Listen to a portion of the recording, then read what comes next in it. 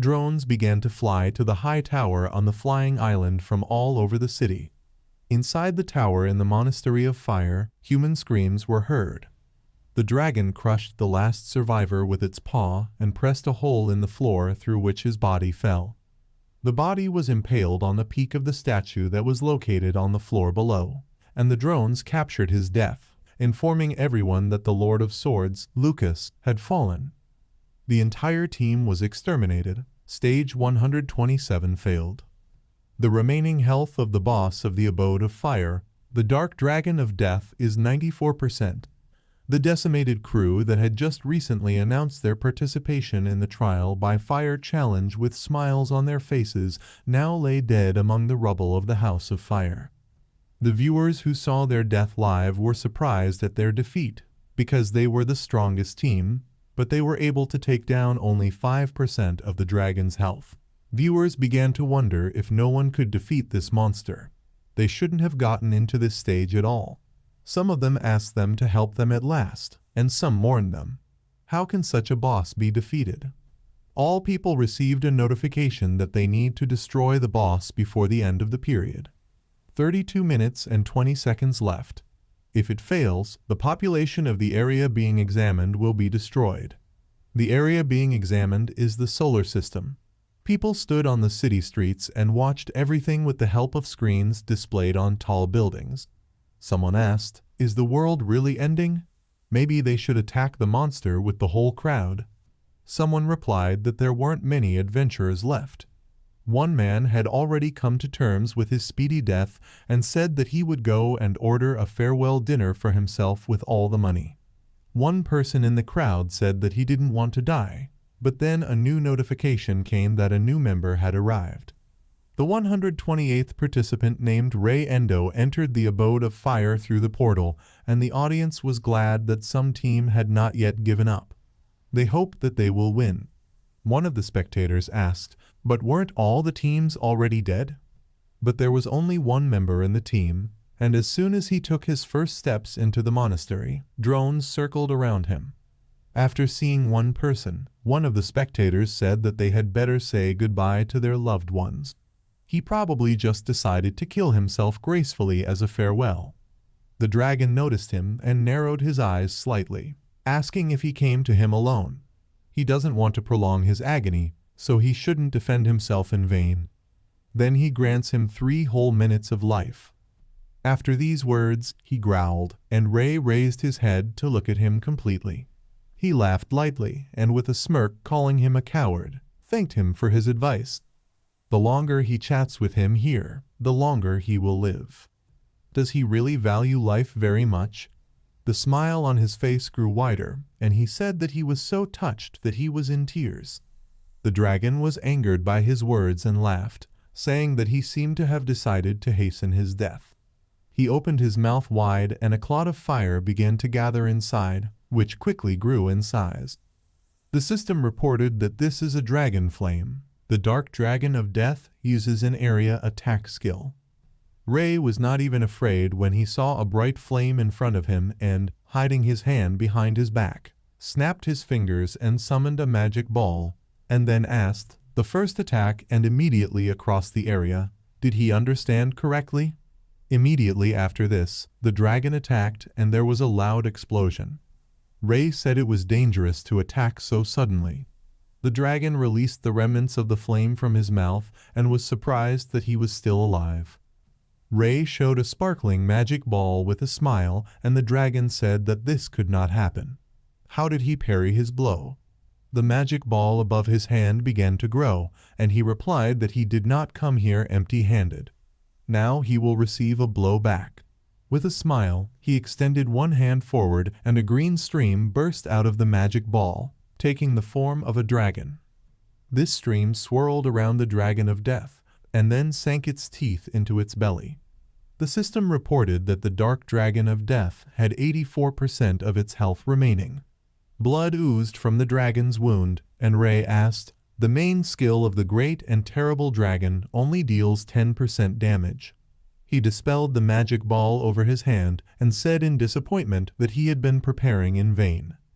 The dragon caught his breath after a recent outbreak of pain and wanted to say something, but Ray interrupted him and, taking out a crystal wrapped in a chain from under his clothes, said that after this even the number of spectators might decrease. With a smile, he divided the crystal into several parts and a small skull appeared inside, and then told the dragon that he should not have opened his mouth. The system reported that he used a unique item, the shackles of the soul. The upper part of the crystal appeared above the dragon, and it began to be wrapped in chains on all sides, and he didn't even know what to do. After that, he was nailed to the ground with a roar, and the chains finally bound him, causing him to growl loudly. Ray raised one hand up, summoning some of the resulting smoke and sparks above his head, and told the dragon to sit quietly and watch. The dragon's body trembled, and he did not answer, and the drone that was flying nearby focused on Ray. He grabbed the sign with his hand and then stuck the base into the floor. On the sign were written details for transferring payment to his name to the bank. The drone flew closer and showed the audience everything that was written on the sign, and the other one circled around. There were 22 minutes and 52 seconds left before destruction, but Ray was in no particular hurry to kill the dragon, and said that he would wait another 2 minutes. He grabbed the drone and said that if they want him to kill it, then they should transfer the money to his account. He leaned his elbow on the sign and, standing against the backdrop of the dragon, pointed the camera at himself and asked with a grin how much they think their lives are worth. He snapped his fingers and sat down in the chair he had summoned and began to wait. The audience asked, "Is he crazy? Let him call it a day and finish him off. The whole world is at stake. Money is not that important." Ray poured himself some tea and the dragon exclaimed, "Does he also demand payment in such a situation? Does he have any shame at all?" Ray yawned and snapped his fingers, tightening the chains on the dragon's body even tighter. He got angry about this and said that he would pay for his bullying. Violet flames began to gather inside its mouth, and a red warning appeared that the dark dragon of death had activated its ultimate skill, Flame of Great Rage. The dark dragon opened its mouth wider and released a bright stream of flame at Ray, but he didn't even pay attention to it and took a sip of tea, and the barrier behind him protected him. The dragon's eyes opened wider in surprise, and Ray, putting a cup of tea on a saucer, said that he was not learning anything. He looked at the place unprotected by the barrier. It was burned to the ground, and he asked, had he not told him to sit quietly? Otherwise the sign with his account number will not be visible. The dragon said in shock that he couldn't believe it. Even the ultimate skill didn't work. Ray scrolled through the history of incoming transfers on his phone and said that this was actually his remark. Only 10 billion were transferred to him. Are they laughing at him or what? He doesn't even know if he can do the job properly for that kind of money. He leaned back and, looking into the drone's camera, lazily waved his hand and said goodbye. After that, the live broadcast was interrupted and all people froze in shock in front of a huge screen on which the inscription "Error" was displayed. After a minute of silence, the crowd roared indignantly. Some man asked, that is, he needs to transfer all his savings. What kind of farewell was this? Why did he interrupt the broadcast? The woman took the child in her arms and fell to her knees, asking, "Is this the savior of the world?" Horrible. Everyone on the streets began to beg for his help, and people from high circles became nervous. While following the boss down the corridor, the man told him that if they paid the full amount, they would suffer big losses in the future. He shouted in response that he was an unfortunate idiot. They would think about that later. They can also become his sponsors. Let him transfer everything they have to him. After that, an amount of 10 trillion yen was credited to Ray's account, and he, starting to rise from his chair, said that he had finally received as much as he wanted. He is now the richest man in the world. He entered the system space and activated his side skill, the Blacksmith of Souls, and said with a grin that now it was time to save the world. He snapped his fingers and took a vial containing the soul of a type A mage, the soul of a type B dragon, and the soul of a god of the same type. The system reported that the formation of special equipment had begun. The holy sword of the great artisan appeared in front of Ray, and then he left the system space and approached the dragon, which had already begun to break free from the chains. The dragon laughed and asked, "Is he crazy? He was going to defeat him with this toothpick." He grabbed the chains and then suddenly stood up and broke them, screaming that he was finished. He will kill him with his own hands. Before he could finish speaking, Ray cut off one of his paws, and it fell to the floor with a crash. After that, the dragon growled in pain, and Ray jumped up and, approaching him, swung his sword several times, first cutting off the dragon's head and cutting his neck into several pieces, and only then proceeded to the body. Soon he landed on the ground, and behind him the dragon's body began to fall in pieces. He raised the sword up and swung it, shaking off the blood, and said that his death was already a foregone conclusion. He wiped the blood from his face with a grin and said that this happened at the moment when a substantial amount came into his account. But how did Ray Endo get to this point? Some time ago. It was a sunny day, the wind was rushing into the small room, and Ray was playing a game using a virtual reality device and was sweating profusely from the heat and effort. A bright notification from the system popped up in front of him, congratulating him on successfully passing the last test. Ray fell to one knee from fatigue and asked with a smile of disbelief, "Did he really pull it off?"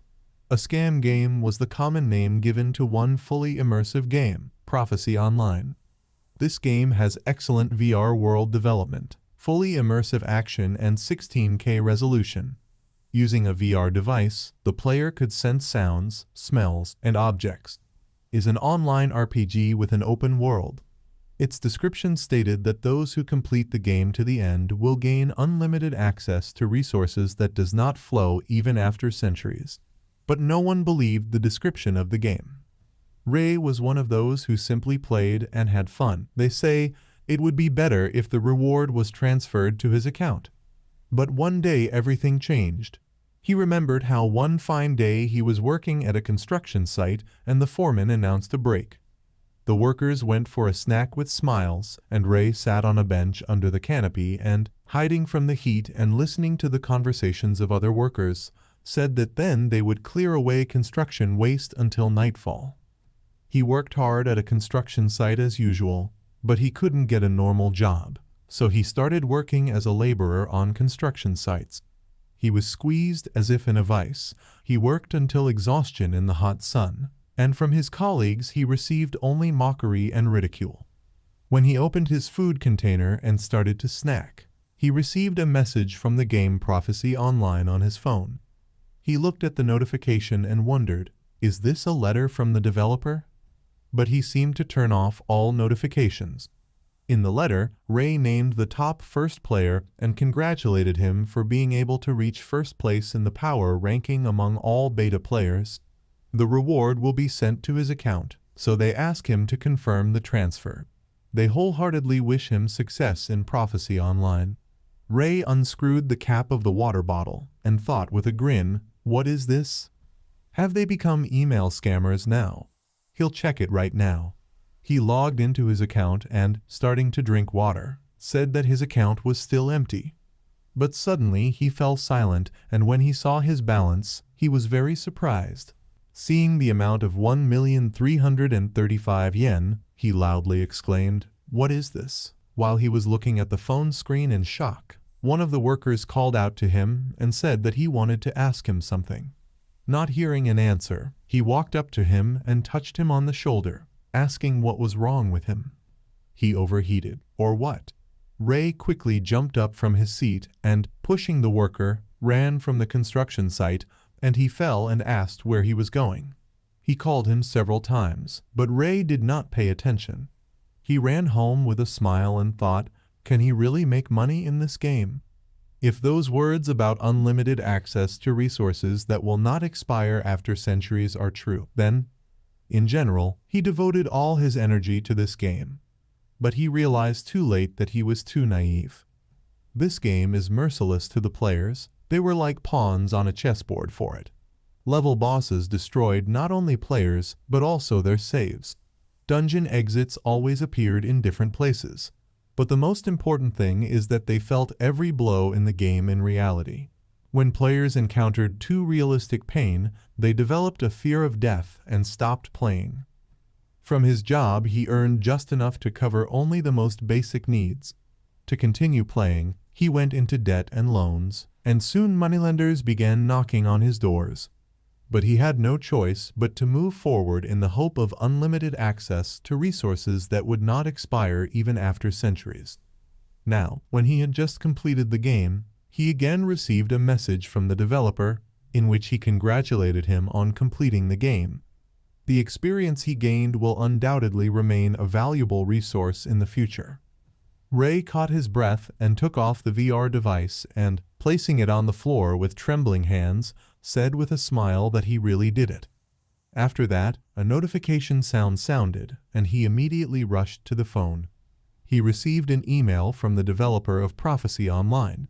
He excitedly clicked on the notification and saw what was in the email. This message is addressed to all Prophecy Online players. Not long ago they achieved their goal. Someone appeared who was able to complete the game to the end. Therefore, all game servers will be disabled from now on. Ray asked, "What about the reward?" In the last line of the letter, the developer thanked all players for their support and participation. Without seeing even a hint about the reward, Ray let go of the phone in shock and its screen broke. He lowered his head dejectedly and asked, "What about his reward?" He beat the game after all. They should reward him, right? There's simply so much money there that they can't transfer it at once. He convinced himself of this and went to the mattress, and then lay down and said hopefully that he would check the account tomorrow. But since he received the first $1,000,000, no more money has come. He kept thinking, how much better would his life be if he left everything halfway? But no matter how much he regrets, time cannot be returned. A week has passed since then. Ray woke up on a hot morning and heard notification sounds through the whirring of the fan. He asked what was going on there early in the morning. He took the phone and made sure that no one seemed to have called him. He looked in the direction where the sound came from and saw a screen in front of him that said that the main quest and the ice test stage had failed. Moscow is destroyed. The main quest of testing the Earth begins. Remaining time 43 days, 7 hours, and 58 minutes. Let them destroy the boss before the end of the period. Please note, if you fail, the area being tested will be destroyed. After looking at several screens that popped up at once, he asked in confusion, "What is this?" Meanwhile, on TV, the news showed news that Moscow had been wiped off the face of the Earth, and a satellite image was also attached, which showed that the city center was completely burned out. Will Japan be next? A reporter named Hayes, who was at the scene, asked if they saw it. Moscow no longer exists. The entire city has been reduced to dust. The Russian government said there was no chance of survival left. Moreover, unknown creatures suddenly appeared on the territory.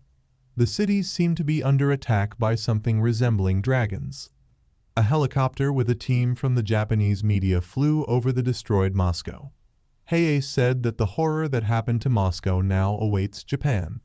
According to their viewers, this disaster is similar to a quest in a certain game called Prophecy Online. The similarity is almost 100%. Ray was surprised when he heard the words about the game. A geologist invited to the news channel did not believe the report and said that the video was falsified. All destruction was caused by a natural disaster that occurred due to the shift of tectonic plates. Hayes's colleague objected that their reporter was broadcasting from the scene, but the geologist did not let him finish and said that he did not know what kind of monsters there were. This is most likely interference from the camera. The monster that was under the helicopter in the meantime began to collect energy in its mouth, and Hayes nervously asked, "They are safe, right? That thing over there has been looking in their direction for too long. You won't aim it at them, will you?" Seeing this, her colleague told them to urgently fly out of there. Can they hear him? Let them get out of there now. After that, the live broadcast was interrupted, and he, looking at the screen in shock, called out to her and asked her to answer. After watching the news, Ray said that these were not slabs. He was sure of it. There is no doubt it happened. After that, he began to get dressed and get ready to go out. Although the world found itself in a terrible situation, when the game became a reality, he was absolutely calm, because then only one thought was spinning in his head. The rest of the people received the same notifications and hesitantly began to master the system, pressing different buttons. When Ray wanted to leave his house, he looked at the task window in front of him. There are 43 days, 7 hours and 54 minutes left until the end of the Earth test. Test location, Japan, progress 0%. Ray was calm because of the thought that the experience he received would undoubtedly become a valuable resource in the future. These resources in question implied strategies for completing the game. He was the only one who went through it to the end, and the salvation of the world was in his hands. He turned the doorknob and then swung the door open and walked confidently out into the street. He thought that with this unproduced power he would certainly make a lot of money. He ran through the streets of the city with the thought that since Prophecy Online had become a reality, a race for points would now begin among former players. He needs to run to the nearest dungeon. With the onset of the apocalypse, the atmosphere on the streets became gloomy. As he ran past people, he could hear them wondering, is Japan really over? They need to run quickly, but where? No transport works anymore. Ray was already starting to get tired and gritted his teeth. But suddenly the familiar voice of a lone shark named Takuo called out to him, calling him a brat and ordering him to stop. Ray stopped, seeing a familiar face in front of him, and the moneylender, lighting a cigarette, asked displeasedly, does that mean he ignores them, but goes for a walk? Ray caught his breath after running and thought it was Takuo from the loan sharks. Takuo threw a cigarette butt in his direction and said that he was just on his way to visit him. Let him turn around and go home. The cigarette butt hit Ray right in the face and left a mark on his cheek, but he didn't respond. A year ago, while he was in the game, he received a letter saying that their company was offering players an interest-free 200,000 yen, but only for those who qualified. Let them enjoy the game, don't concentrate on work. Conditions: players who receive unlimited resources undertake to give half of them to them. Then Ray was happy and thought, as much as 200,000 without interest. He can give it back later, when he finishes the game. Seeing such supposedly good conditions, he agreed. But, of course, in reality everything turned out quite differently. They actually gave him 200,000 yen, but then, after he had already spent it, they sent him a contract with exorbitant interest rates. According to them, he did not pass the selection, so they demanded 50% after 10 days. He met with loan sharks, but they threatened him with a gun, so he had to take out several loans to pay on time. However, when he was ready to pay everything on time, they did not answer the calls. They waited for interest to rise. While Ray was remembering this, Takuo asked with a grin, it's time for him to give them their money, right? Ray clenched his teeth and said displeasedly that they didn't give him a chance to return them on time. He asked, is he serious? All debtors usually say such excuses. He's just a pathetic brat. He came closer and said that actually that's not what he was here for. He played Prophecy Online, right? Ray became wary and the moneylender said that the state of the world now is just like in a game. He walked up to him and abruptly grabbed him by the clothes, shouting, he knows something, right? Let him lay out everything he knows. Ray's face darkened, and after a short pause he told him to take his hands off him. The veins on Takuo's face bulged with anger, and he asked, did he forget who he was talking to? Ray said that he would give him one very important piece of advice. After that, he activated the beginner's fist skill, and when the moneylender saw his hand shining blue, he let go of him in fear. The system reported that his impact force had increased by 50%. After that, he quickly punched the moneylender several times, causing blood to spray from his mouth, and he fell, hitting a road sign. Ray approached him and deactivated the skill, saying that in this world he would be in charge. Takuo remained silent and Ray said that he didn't seem to hear him anymore. He ran on, leaving the moneylender to continue to sit unconscious, and the people who drove past in their cars became interested in the spectacle. A guy in a hood named Light rolled down the window, and a girl named Rumi Sito, who was sitting next to him, asked, "This is a game skill, right?" Light did not answer and grinned with a thought that he did not think that he would meet an initiate so soon. Soon all laws will turn into nothing. The whole basis of the world will be rewritten. He laughed quietly and thought that the situation was getting more and more curious. Soon Ray arrived at the entrance to the goat's sanctuary and approached the huge doors. He has no doubt this place is exactly the same as in the game. Coming closer, he stopped and noticed something to the side. There was a car parked on the road nearby, and he thought, "Is there already someone inside?" He went inside the sanctuary, and a long road down appeared in front of him, along which he descended for several minutes. Approaching the entrance to the first hall, he suspected something was wrong. Smelling blood, he immediately covered his nose.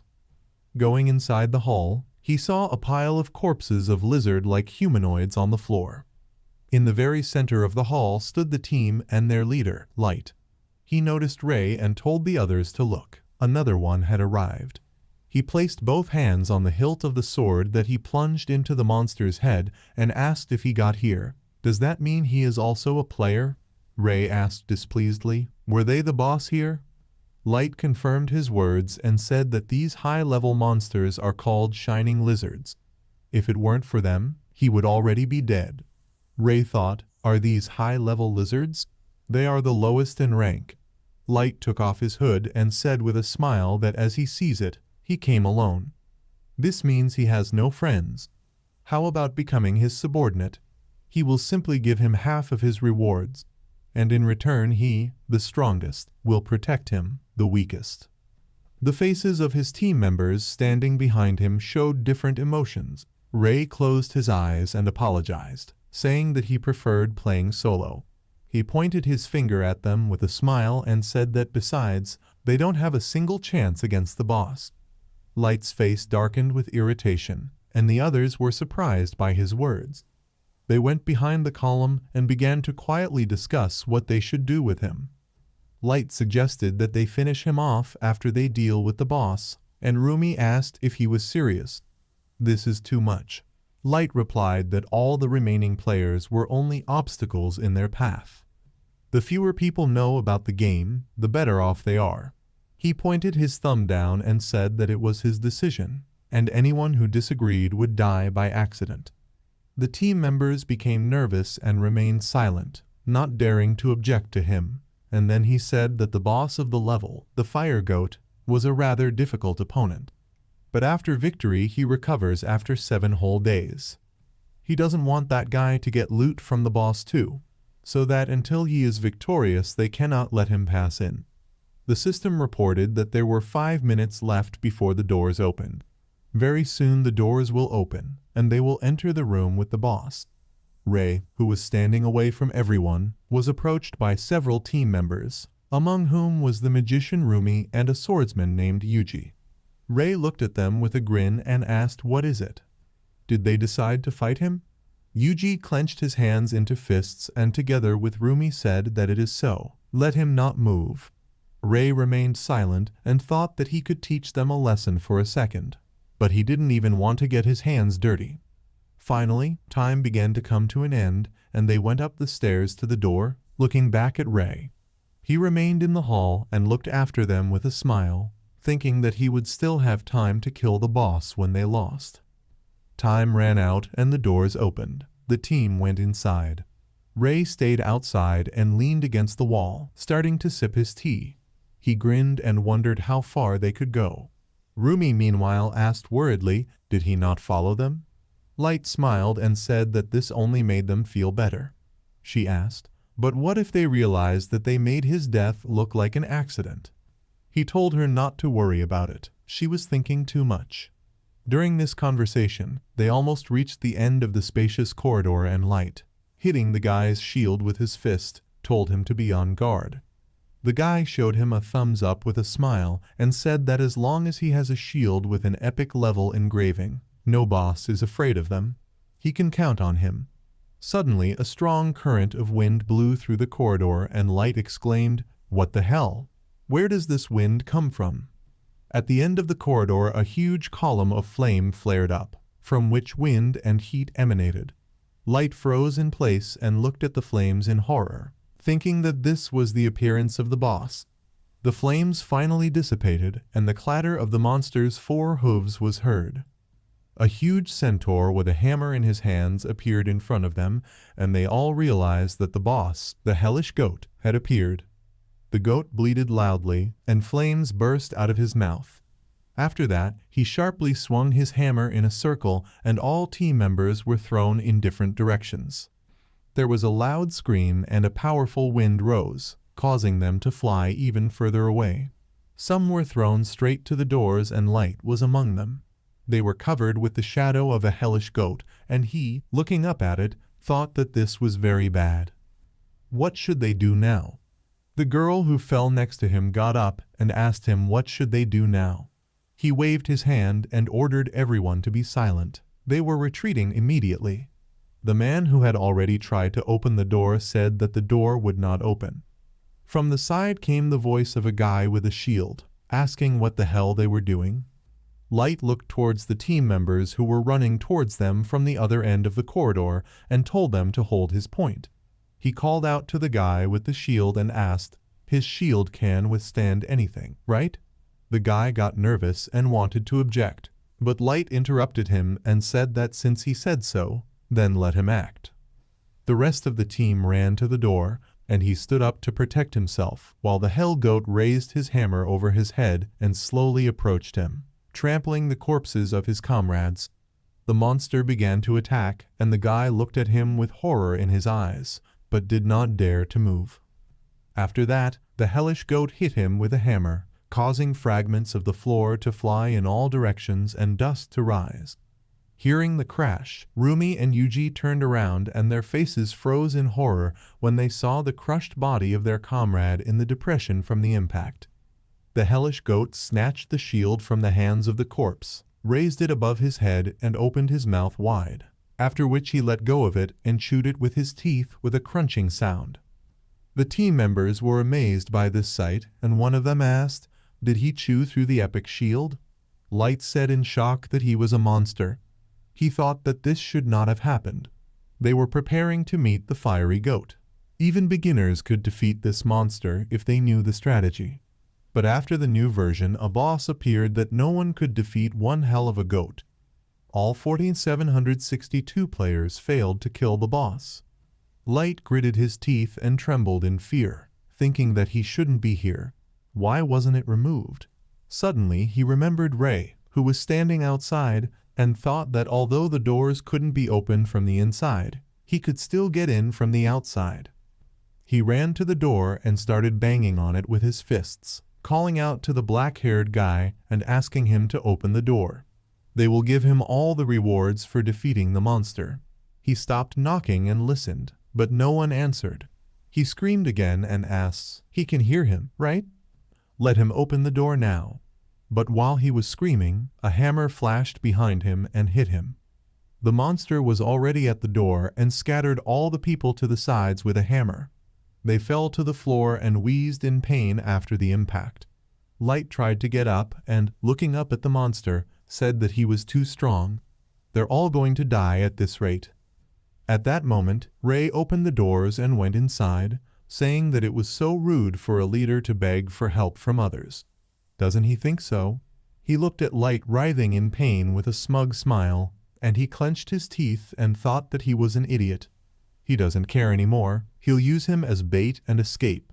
He rose to his feet and told everyone else to head out. He would distract the monster. All the surviving team members ran to the door, and when Rumi ran past Ray, he advised her not to do this and tripped her, after which she fell. She sobbed in pain, and Ray slowly walked towards the monster and, noticing something to the side, stopped. Light ran with all his might to the door, but it had already begun to close, and he, stretching his hand forward, thought, "What about him?" He was almost on the other side of the door, but it closed right in his face and squeezed his hand. Feeling pain, he screamed loudly and leaned his foot on the door, trying to pull his hand out, but he couldn't do it, and he started screaming again. The hellish goat came up to him and said that he was so noisy. Light immediately fell silent, and the monster swung his hammer and said irritably that his screams were making his ears fade, so let him finally shut up. Light, with fear in his eyes, turned to the monster and cold sweat appeared on his face, after which the sound of an impact was heard and his body was crushed, and blood splashes scattered to the sides. Rumi and Yuji, who were sitting nearby on the floor, looked at this in horror and asked what they should do now. Ray picked up Light's sword from the floor and asked, "Don't they know? Everything is very simple." He extended his hand with the sword upward and, examining the blade, said that although he was still an idiot, his sword was not bad. The hellish goat raised a hammer over him and laughingly asked, "Did he also want death? So be it, he will help him." After that, he struck with a hammer at the place where Ray should be, but at that time he was already above the monster's head. He grinned and said that he was really talking nonsense. After that, he cut off the goat's horns, and then, moving down his body, he began to deliver cutting blows. The monster screamed loudly and its horns loudly fell to the ground, and at that time Ray found himself next to the surviving team members. He called out to them, causing Rumi to jump back in fear with tears in her eyes, and Yuji to become wary. Ray threw the sword over his shoulder and looked at them with a smile, saying that he would save them for 10 million yen. How do they like this offer? Rumi couldn't believe her ears, looked at him in shock, and then asked again, 10 million yen. Ray confirmed her words and said that from each 10 million for saving lives. Yuji annoyedly told him not to talk nonsense. Where do they get so much money? Rumi agreed with his words and exclaimed that this was too much. Ray pointed a sword at them and said that if they don't have money, then let them earn it with their own labor. They don't want to die so early, do they? They will give him 90% of the reward from every boss they defeat. He thought about asking for full payment, but so be it. They can take 10% of the reward for themselves. He's not some kind of despot. Rumi indignantly told him not to fool around, and Yuji exclaimed that even with Light they gave him 50% of the spoils. Ray asked, "So they refuse?" Immediately after his words, they were covered by the shadow of a monster, and a stream of flame flashed over their heads. The hellish goat, gathering flames in his mouth, called Ray a mortal and said that he dared to deprive him of his pride, his horns. He will pay for it now. After that, he released a huge fireball in their direction, and they did not even have time to leave the line of fire. Rumi quickly took out her staff and defended herself with a barrier, but it was difficult for her, and Ray jumped, thereby dodging. Rumi, along with Yuji, fell to the side screaming. Thanks to her shield, they were able to survive. With a trembling hand, she grabbed the shoulder on which she had fallen, after which Ray landed next to them and said that they survived. It was close. He wonders how long their luck will last. Rumi nervously said that she would agree to anything, even if he just kills him. Yuji got excited and said that he also agrees. Hearing their answer, Ray grinned and said that they agreed. He turned to the monster, around whom the fire was still blazing, and said that he had not beaten him for a long time. Hearing this, the hellish goat looked down at him and asked, "How long has it been?" He doesn't remember ever losing to a mortal. Yuji was surprised and asked what kind of nonsense he was talking about. Rumi said that with the new Hellgoat update, no players have managed to defeat it. Ray looked at the monster with a confident look and thought that there was no update related to this boss in this game. After his victory over the Hellgoat, he changed his form and players could only fight against the Fire Goat. While he was thinking about this, the Hellgoat attacked him, but Ray immediately reacted and deflected the blow, causing the hammer to miss. The hellish goat did not expect this and asked in surprise how he was able to fend off his hammer. Who is he anyway? Ray ran to him and said that with such an attack, even a level 50 veteran player would meet his death. For him such a blow would be fatal, but as long as he knew his weakness, it would not kill him. The hellish goat gritted his teeth in rage and swung his hammer, and Ray ran past, after which he began to dodge all the goat's blows, moving to the side at the last moment. The monster exclaimed, "Why can't he even hit it?"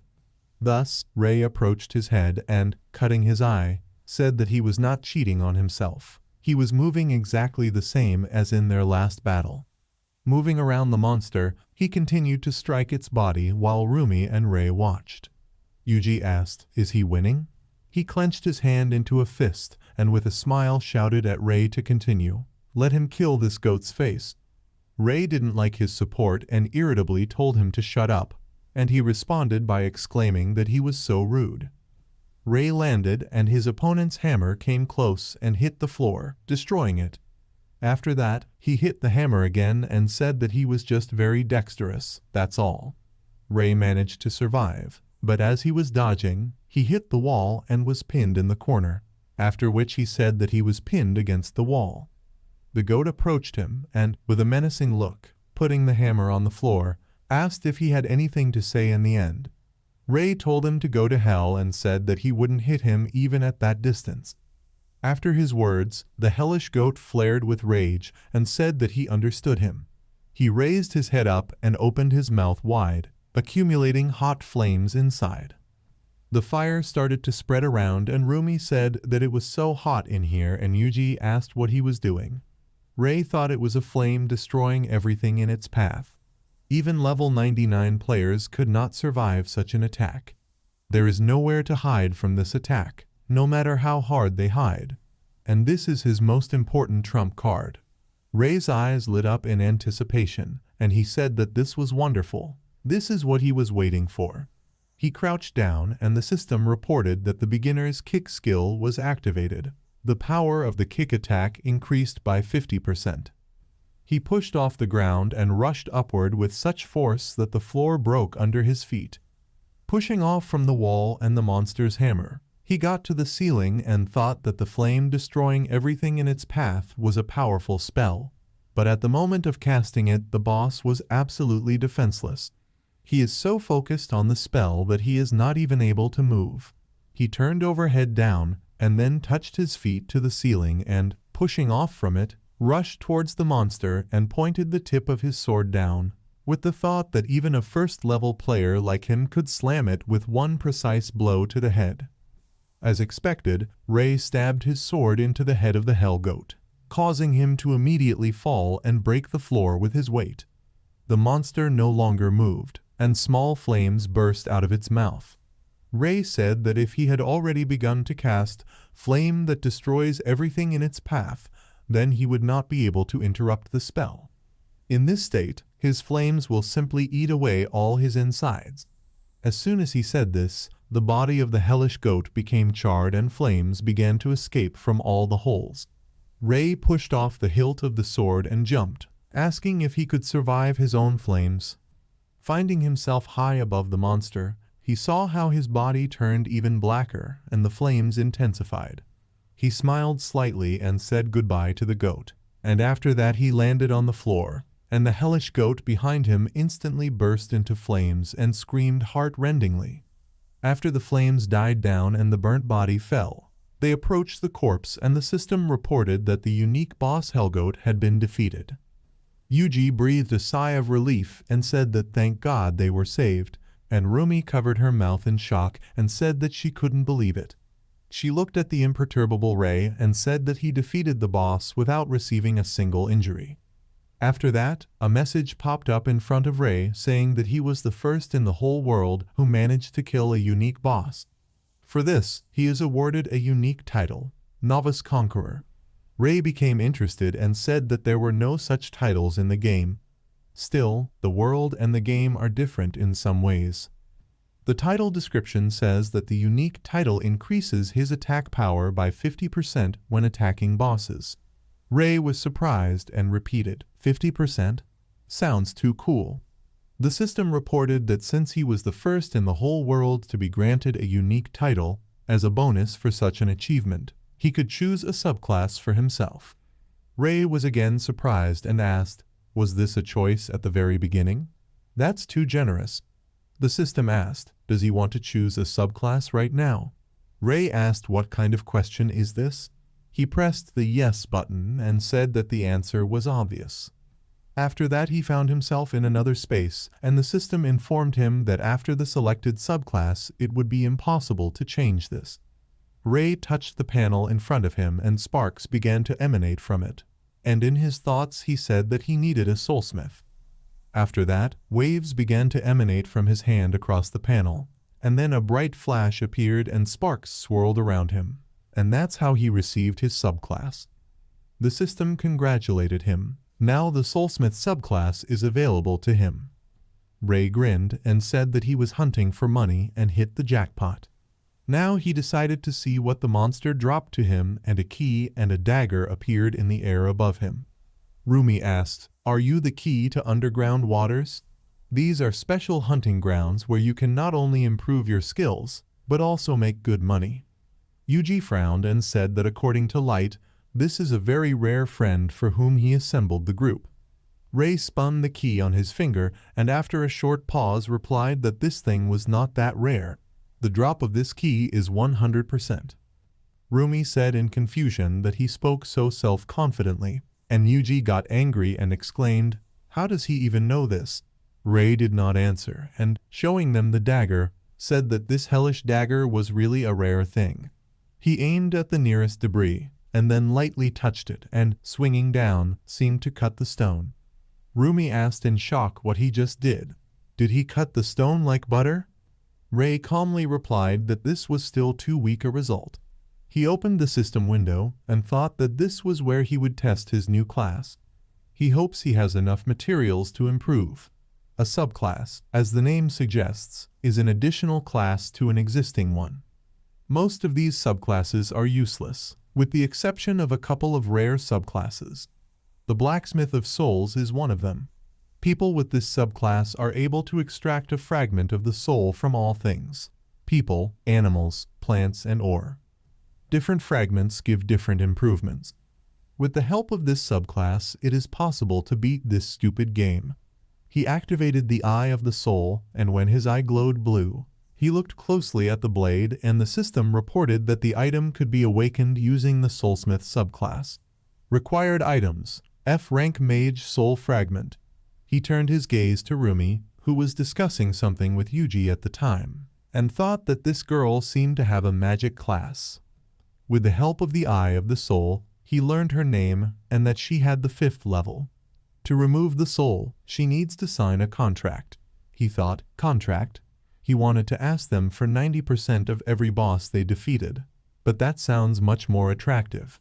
He stabbed the blade into the floor, and then walked up to them and, showing the key, asked, "Do they want to become stronger? He can give them this key for this." Yuji replied that they really wanted to, and Rumi became wary and asked if this was a joke. He showed them the contract and said that they must promise to bring him all the items on this list, and he would consider this as an advance. Yuji took the key and with tears in his eyes said that they were lucky. With the help of it, they could get rich. Rumi was also touched by his kindness and thanked him with a smile. Ray replied that they should not thank him. The richer they become, the richer he will become. The system reported that he had entered into a contract with Rumi. All conditions for extracting the soul fragment had been fulfilled. A flask appeared above his hand and began to draw out a fragment of the soul, and at the end the lid took the shape of a huge hat. The system reported that a fragment of the soul of an F-rank magician had been received. Ray exclaimed that the materials have been received. Now he begins forging. He activated the soulsmith skill, and the fragment of the magician's soul and the dagger began to swirl in a whirlpool, beginning to merge. Ray raised his hands and, looking at the blade above him, told it to wake up. There was a bright flash, after which an updated hellish dagger with a glowing edge emerged from it.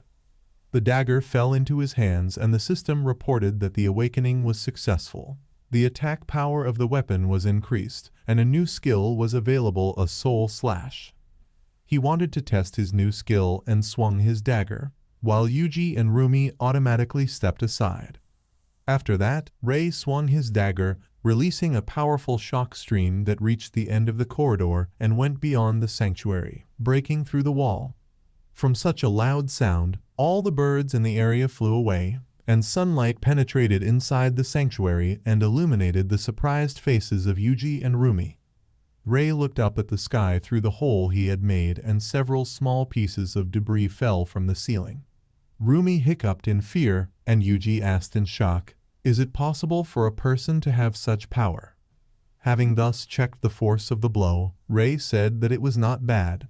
He has weapons and skills too. There's only one thing left. After these words, he turned to Rumi, and she was very scared. She closed her eyes and covered her head with her hands, in her thoughts asking him not to kill her, but he simply passed by. He approached the wreckage, and Rumi was surprised by this. Then she turned around and saw that he had sat down next to the corpse and folded his hands in prayer. Her eyes sparkled with admiration, and she wondered if he really wanted to honor the memory of the deceased players. But everything was completely different. After prayer, Ray cleaned out the pockets of the corpse and, having found a wallet, began to count the money and said that this money was now his. He thinks he will definitely have enough for a taxi. Yuji said that he is worse than the hell goat himself, like a monster in human form. Rumi, who was also surprised by the spectacle, agreed with him. Time passed. Ray went to his next destination and reached the entrance to an abandoned temple. Having gone inside, he looked around and then walked forward along the road until he came across a well. He climbed inside and, starting to go down the stairs, thought that at the bottom of the well there was a secret dungeon where he could easily farm himself experience. The monsters there are quite strong. To complete this dungeon you will need a group of at least 3 people. But now that he has awakened the dagger, all the experience and money will become his. A few minutes later he went down to the very bottom, and, as soon as he put his foot on the ground, a gold coin flew towards him and he noticed it. He immediately swung his dagger and cut the coin, after which he took a fighting stance, and the 2 halves of the coin fell behind him. Seeing those who threw the coin, he became wary. A group of 3 people approached him, and the most important of them, named Kuki, said with a smile that there were new faces here. His gaze became menacing, and he said that he had entered their territory. Ray pointed a dagger in the direction and asked, "Why on earth is this their territory?" Kuki asked. "He knows the rules, right?" "The early bird gets the worm, right?" Ray said that if they have a group of 3 people, he can show them some great areas to gain experience, for a fee, of course. A guy named Ian replied that they were happy here too. His friend Adrian said that he needed to pay them and they would let him through without any problems. Hearing this, everything became clear to Ray. New entrepreneurs of this world. He asked how much he owed for the passage. Kuki showed the number 5 on his fingers and said 50,000 yen per hour. There are a lot of monsters ahead, and if he defeats them, he will get his money back. Ray handed him the bills and agreed, saying that he would quickly make up for what he spent. Kuki replied that he had this place at his disposal for exactly 1 hour. They let him pass further without any problems, and he ended up in a cave with crystals. It was a wolf's lair. Hearing a loud roar, he immediately stopped and turned in the direction of the sound. The steps of animals were heard. A pack of wolves surrounded Ray from all sides, and they began to howl loudly. Looking at the grinning wolf, he thought that it was a diamond wolf, an average-level monster, but with a low health indicator. He looked around the cave and wondered if a whole flock had come running towards him, right? Of course, he can use a soul slash, but he would rather save his strength. Suddenly, all the wolves roared, which meant the start of the attack. They all jumped at once from the stones towards him, but as soon as they approached, he cut off their heads, limbs, and everything that came to his hand. Having killed the wolves attacking him, he moved on to the next ones. When there was no one alive in the area, he sat down on a stone and decided to rest. He took out some tea bags and said with a smile that now he could refresh himself, otherwise his throat was dry. He stuck the straw into the bag and began to drink, but at the same moment Adrian appeared behind him. He swung, and when he wanted to strike, Ray threw the tea to the side and grabbed the dagger, blocking his blow. After that, he grabbed the weapon more comfortably and then swung it, and his opponent leaned back, trying to dodge. Ray's blow reached the ceiling and a roar was heard, and they increased the distance between themselves. Several small pieces of debris fell from the ceiling and a freshly inflicted cut on Adrian's forehead bled, after which he said with a wide smile that he almost cut him. Ray remained silent and thought that he had managed to dodge. This means that this is not the first time he has fought against people. He asked, did he decide to attack him from behind while he was distracted by the monsters? Isn't that too low? Adrian flexed his fists and replied that it was much more interesting this way. Ray asked, he's just holed up in this area waiting for strong players with decent loot to take out while they try to deal with the monsters, right? The voice of the leader of the trio was heard from above, saying that he was so quick-witted. He, together with Ian, walked out to the edge of the cliff with a smile and showed himself to Ray. He looked up at him and said that this was not a wolf's den, but a gathering of hyenas, and he wonders why only he thought of coming here. But he'd better recruit a stronger group. They're unlikely to stand up to him.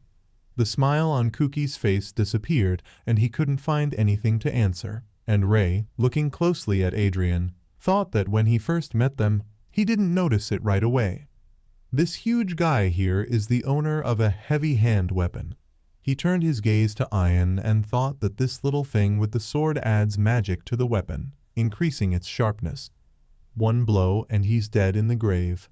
He turned his gaze to Cookie and, noticing a gold ring on his hand, thought that the ring of the leader of this gang was clearly somehow problematic. Cookie smiled and apologized to Ray, saying that he would make up for his comrade's mistake. He extended his hand forward and, using the powers of his ring, summoned many golden coins that fell to the ground with a clang in front of Ray. He kept a calm expression on his face, but in his heart he was in shock. Wasting money like that is blasphemy.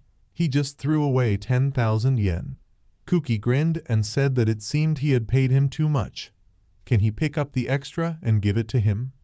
Ray looked at the coins and thought it was an obvious trap. He asked, is this how he pays compensation to victims? Does he force them to kneel down and pick up money from the ground? Ray realized what kind of ring he had on his finger and thought that these coins could explode at the request of the owner of the ring. He decided to play on his greed and ignorance. He threw the dagger, spinning it in the air, and then caught it and said that if they gave him his money, so be it. He would let them out of here unharmed. Cookie, together with Ian, went down to him and asked if he was not on friendly terms at all. Let him not forget that 3 will fight against him. Ray confidently replied that he didn't care how many there were, even if it was 100. His eyes lit up and his smile grew wider in anticipation of victory, and he said that their fighting skills and coins were not worth it. These words hurt Cookie and he became angry, and then extended his hand with the ring forward and ordered the coins to explode. Immediately after this, everything in the cave was filled with bright flames. Once the explosion died down, Cookie said that he initially thought of just blowing it up, but now, he called out to his buddies and told them to chop this idiot into pieces. Adrian replied that he understood and then attacked Ray from behind, but he noticed him in time. He managed to pull back, and Adrian's fist hit the ground with such force that several fragments of stone scattered to the sides. After that, Ray noticed a movement behind him and Ian, swinging his sword, greeted him. Ray gritted his teeth in displeasure, and when Ian struck, he parried it. But at the same moment Adrian attacked him with fists from behind. Ray did not allow them to hit him and, waving his dagger in a circle, threw the 2 opponents away from him. They fell to the ground, and Ray displeasedly said that he paid them 50,000 to leave him alone for an hour, and in the end they themselves violated the agreement. They are now obliged to not only return his money, but also pay extra interest on top. Cookie again used the ring's abilities and said that they agreed he would pay him interest with his explosive coins. He snapped his fingers and used a coin explosion with a big smile on his face, then threw some coins at Ray as he began to run away, avoiding the small explosions. At that moment, Ian jumped up and attacked him from above. But as soon as he got close, Ray deflected his blow, causing the blade of his sword to break, and he looked at it in shock. Ray didn't give him a second to think and swung his dagger, but he was able to dodge in time. Kuki got nervous and thought, did he break his sword? Is his dagger really an epic weapon? Ray, meanwhile, again attacked his opponents, and Kuki thought that they were much higher in level than him and would definitely not lose. With this thought, he threw several dozen coins towards Ray, and then immediately blew them up. Gritting his teeth, Ray ran away from the explosions and managed not to get under fire, and then turned around and exclaimed, "Who wastes money like that? Are they endless?" Adrian, with a wide smile on his face, attacked him from behind and, clenching his hand into a fist, used the missile punch skill and then attacked, telling him to get it. A roar was heard from his attack and a small shock wave passed through, from which Ian was thrown to the side. Ray's dagger flew out of the cloud of dust and fell nearby, and Adrian was happy and said that it was an excellent blow. He would definitely die from that. Ian exclaimed dissatisfiedly, but did he think about others? He could have been hurt too. He touched the blade of his broken sword and said that what was more important was that it would cost him a lot of money to repair the sword. Kuki picked up the dagger from the ground with a smile and said that no matter what weapon he had, it was worthless in the hands of a weakling. So what kind of dagger did he have? At that moment, Ray used the skill of capturing souls and chains wrapped around the bodies of Adrian and Ian, which suspended them above the ground. Kuki looked up at them in fear, and when the chains began to tighten on the necks of his comrades, they screamed loudly. He became very nervous and worriedly called out to them. Ray said that with the help of the soulsmith skill, he literally squeezed their souls in a vice. This is torture, which is much worse than death. Gritting his teeth in rage, Kuki turned around and saw his silhouette among the cloud of dust. After that, he clutched the dagger tighter and ran towards him. But as soon as he approached, Ray grabbed his hand and pushed him in the chest with the other. He looked him straight in the eye and told him that he was slow. Kuki frowned and asked, "Is it true?" After that, with a crazy smile on his face, he grabbed his jacket with his hands and began shaking it, shaking out a lot of coins from it. He wanted to use the ability and told Ray to try to run away from him now, but he quickly used the capture skill. The chains immediately wrapped around Kuki's body and prevented him from using his ability. After that, the chains spread around his neck and began to tighten more, and he asked why the coin explosion did not happen. Ray replied that soul capture can immobilize the enemy and deactivate skills if the enemy's level is much lower than him. It was like he took away the candy right in front of the child's face. Kuki exclaimed, "Is his level below him?" But he has the 7th level. He is one of the fastest developing players. Ray, using chains, lifted him up to his comrades and said that for a newbie, progress was indeed good. Kuki grunted in pain as he felt the chains tighten even more, and Ray thought that since they were now ready for dialogue, he would see what they could offer him. Using the Eye of the Soul, he saw the names of the 3 guys and what he could take. From Adrian, he can take a fragment of the soul of an F-rank fighter, but to do this, he needs to feed him. From Ian, he can take a fragment of the soul of an F-rank warrior, but in order to do this, he must reunite him with his younger sister. To take an F-rank soul fragment from Kuki, it must cause fear to run through his entire body. He tightened the chains on his body even more and thought, only from him he can get something, right? Kuki gritted his teeth and said that he was in so much pain. Maybe he will let them go. They don't want to die. Ray picked up his dagger and, running his finger along the blade, said that he was talking some nonsense. What good is it to him when they are alive? Kuki got nervous and asked what he meant. Ray said that their eyes, blood, organs, he could just cut them up and sell them in parts. He grinned and said that in this way they would return him 50,000 and cover the interest in an instant. Ian called out to the boss and said that he was clearly bluffing. He will not do this to them. Ray thought that of course he was bluffing. He needs money, but he's not sure that he can contact the sellers with organs. He asked why not. They're not going to give him money, right? Then he will take them himself. Kuki was very scared and cried, asking him not to be angry. He will do whatever he asks, just don't let him kill them. Thus, Rei caused him to fear death, and a fragment of his soul began to be pulled out of his body. The system reported that Kuki was experiencing fear that penetrated him to the bone. All conditions for extracting fragments of the magician's soul have been met.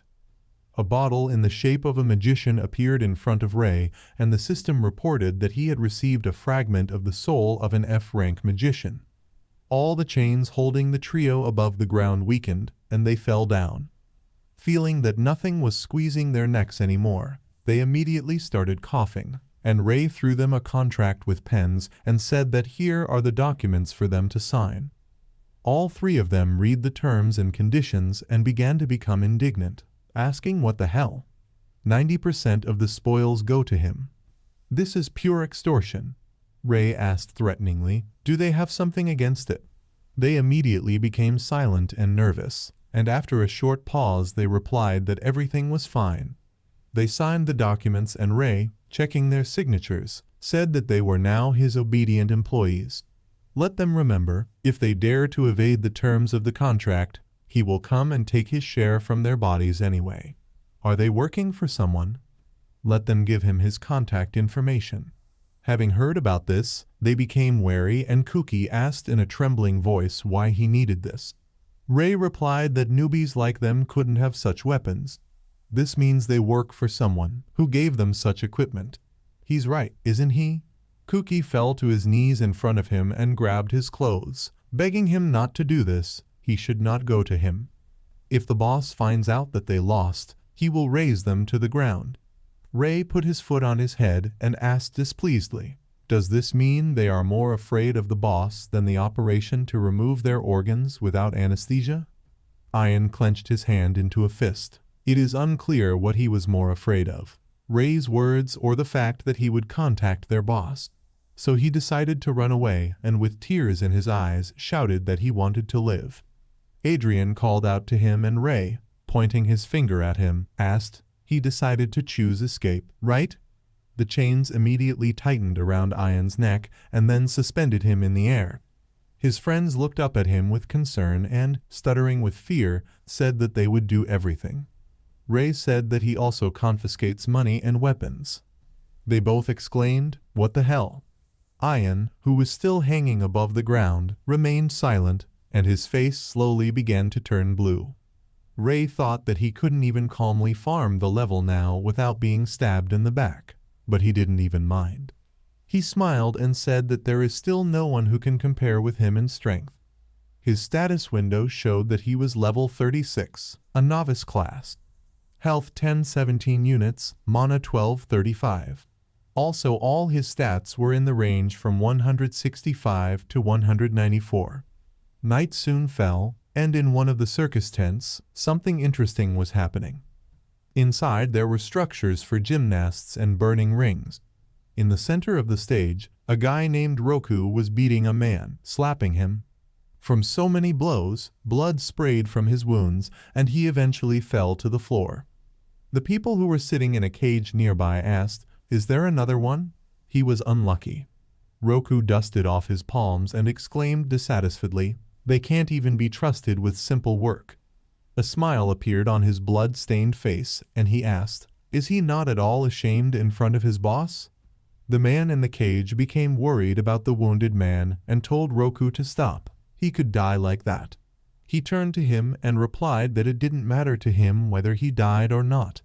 They don't need those who don't benefit the boss. At that moment, their boss named Andre came out from the backstage and asked what they were saying about him. Hearing his voice, Roku turned around and nervously called out to him. Andre smoothed his hair with a smile and asked how the discipline lesson was going.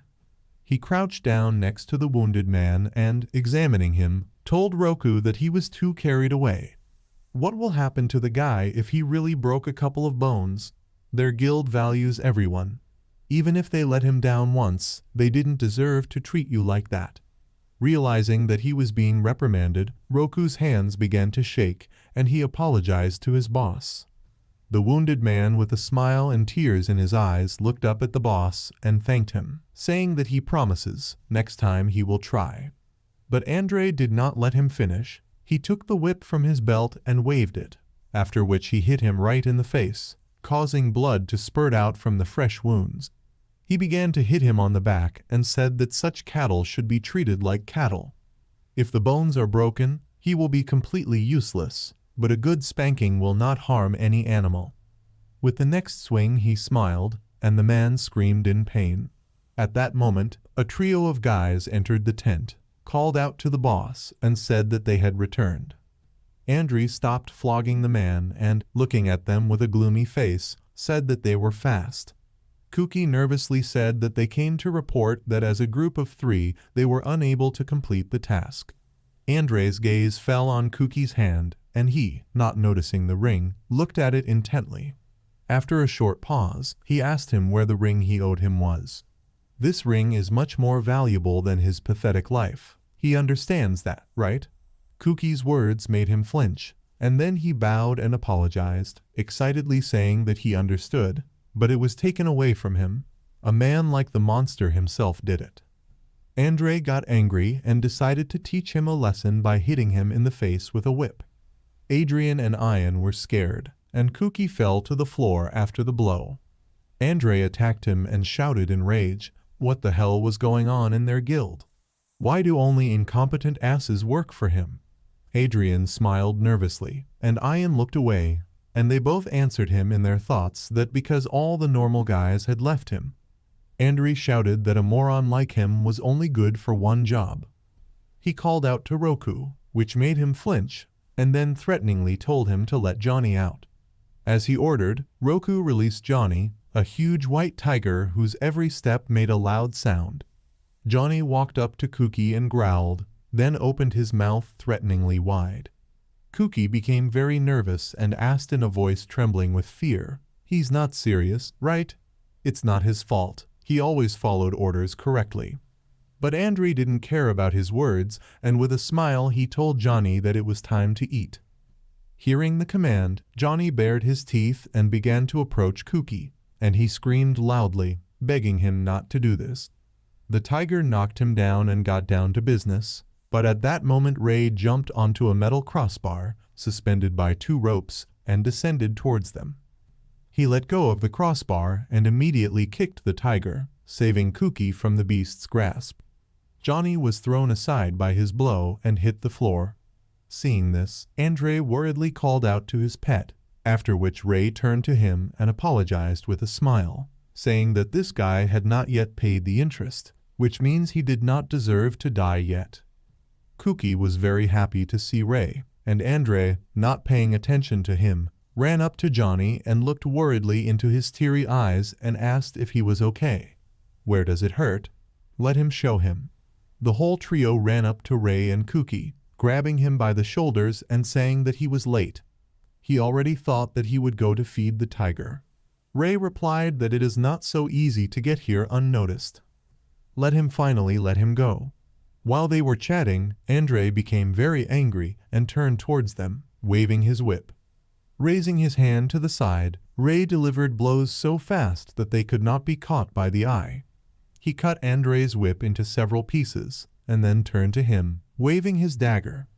Seeing such power, Andre became nervous and stammered and asked, "Who else is he?" Ray's dagger glowed menacingly, and he replied that he was their new boss. Roku exclaimed indignantly, "Their boss? Have they completely forgotten their place? Have they forgotten how much their boss did for them?" Kuki exclaimed that they don't know anything. Ian agreed with his words and said that they don't even know how creepy Ray is. They couldn't refuse him.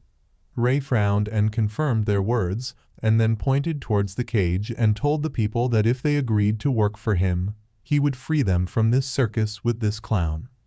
They looked at him in surprise, and the wounded man asked, "Will he really save them from this hell?" Ray grinned and replied that he promised. All they have to do is give him 50% of what they get, and he will also give them advice on how to complete this game.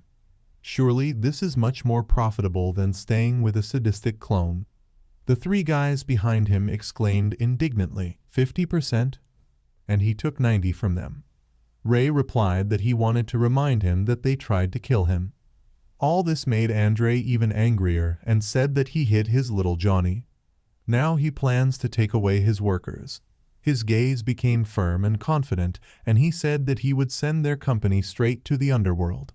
Ray replied that they seemed to live in Japan. Slavery was abolished. Why this attitude?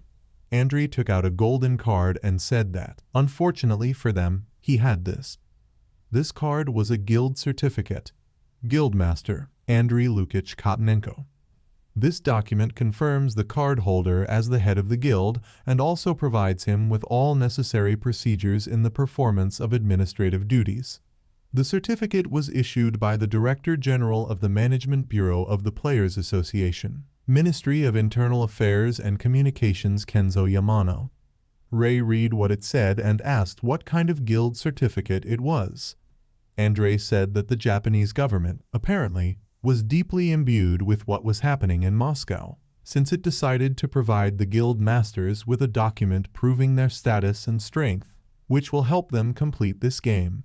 He held the card between his fingers with a smile and said that even the police would not be on their side, because he was the law. He may even kill them if it helps him carry out his administrative duties.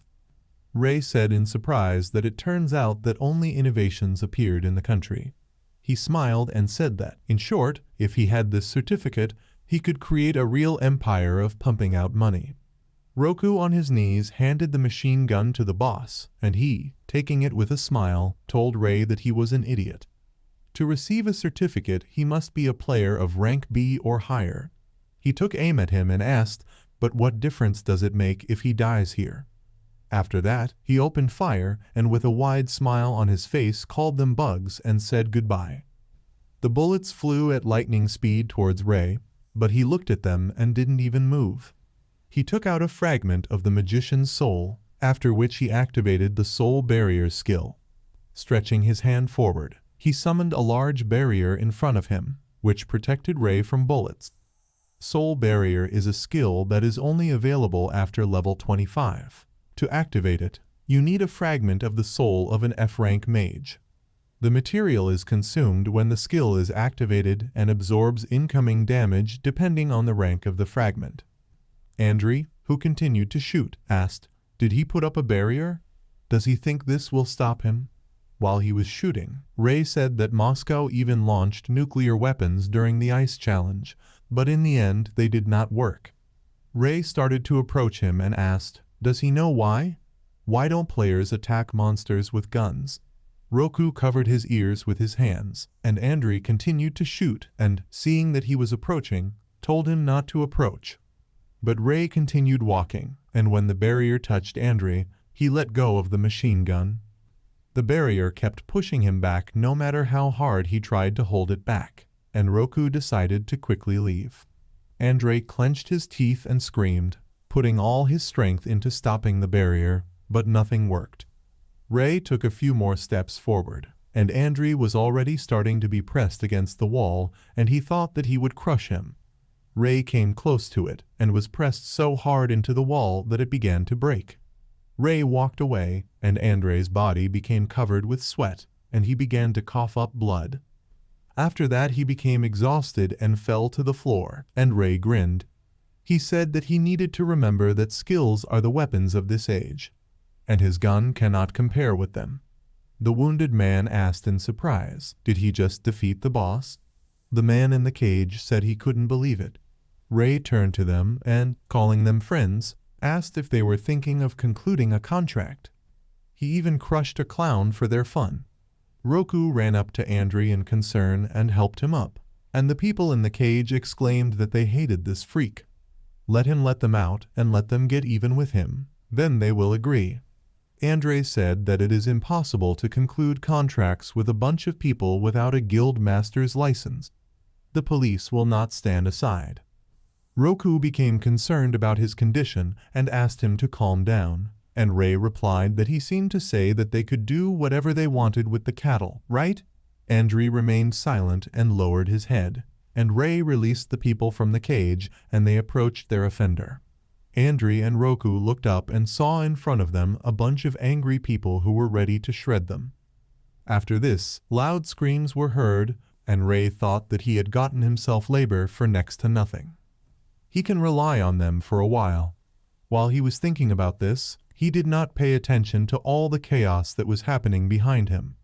All the people attacked Roku and Andri at once, putting all their anger on them, and dust rose from their fight. Ray, meanwhile, opened the task window with the thought that he needed to take care of pressing matters. Looking at the remaining time, he thought, is there a month left? It's time to go somewhere. Time passed, and on a sunny day, Ray went to the site of the certified exam at the headquarters of the Players Association. He walked along a crowded street holding a bottle of his favorite tea in his hands. The guys behind him began to discuss something, and he paid attention to them, listening. The guy said that players who have abilities of rank B and even higher can be recruited by the guild, and they will also sponsor them generously. Let them just imagine an annual salary of 10 million yen. His friend told him not to get too carried away by his dreams. Let him remember that only 1% of all players have rank B. There are only 9 rank players in Japan. His friend happily replied that he would become the 10th. It's still not harmful to dream. After listening to their conversation, Ray began to think. It's already been 2 weeks since the merger of their world and the world of the game Prophecy Online. Initially, many players decided to accept the challenge from the Japanese government to receive 10 million yen. But the result of such an act was disastrous. Everyone died at the hands of monsters. All players are now required to register with the association. Without membership, they will not be allowed into the challenge or into the dungeon. They will also not be able to receive awards. Having replayed the guy's recent conversation in his head, he thought that they had high ambitions. He would like their zeal. While he was walking, someone was watching him from the roof. Ray noticed the pursuer, and immediately after that he threw a road sign at him, which crashed into the pavement with a roar, but did not miss Ray.